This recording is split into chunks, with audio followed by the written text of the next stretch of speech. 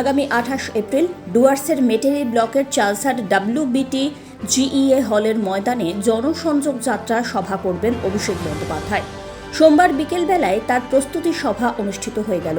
সভায় ব্লক তৃণমূল নেতৃত্ব সহ পুলিশ আধিকারিকরা উপস্থিত ছিলেন। এই মাঠ ঘুরে দেখেন সকলে। নিরাপত্তা সহ যাবতীয় দিক এদিন খতিয়ে দেখা হয়।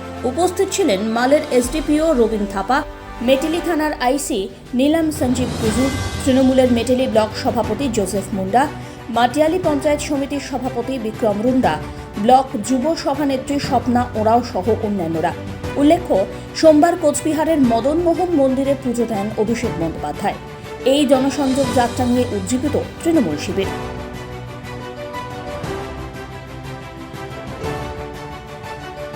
আজকে এখানে প্রশাসনিক মিটিং হয়েছে।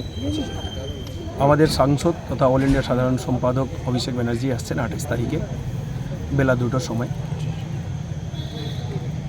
ওনার এন্ট্রেন্স কী হবে, পাবলিক কোন দিকে যাবে, এই সমস্ত ডিপার্টমেন্ট নিয়ে আলোচনা হয়েছে। এবং এখন যেটা আমরা বসেছি সেটা আমরা ক্রাউড কীভাবে আনতে পারি এবং জমায়েত কীভাবে হবে, এসব বিষয়ে আলোচনা হয়েছে। কত সংখ্যক লোকের সেদিন সভা হবে? স্যার, মাঠটা খুব ছোট্ট, এখানে 1500 থেকে 2000-এর অ্যাকোমোডেশন এবং আমরা আশা করছি 5000 লোক হবে। মেন তো জনসংযোগ যাত্রা তিনি এসেছেন, মেন দাবি দাবা কী থাকবে সামনে পঞ্চায়েত ইলেকশন? না, এখন পঞ্চায়েত নির্বাচন উনি কি নিয়ে আসেন এবং বেসিক্যালি তো উনারই বক্তব্য আমরা শোনার জন্য থাকব এবং আগামী পঞ্চায়েত নির্বাচনে উনি কি সন্দেশ দিচ্ছেন, কি বলছেন, সেটাই শোনার ব্যাপার আছে। আজকে ব্লকের কারা কারা উপস্থিত ছিলেন?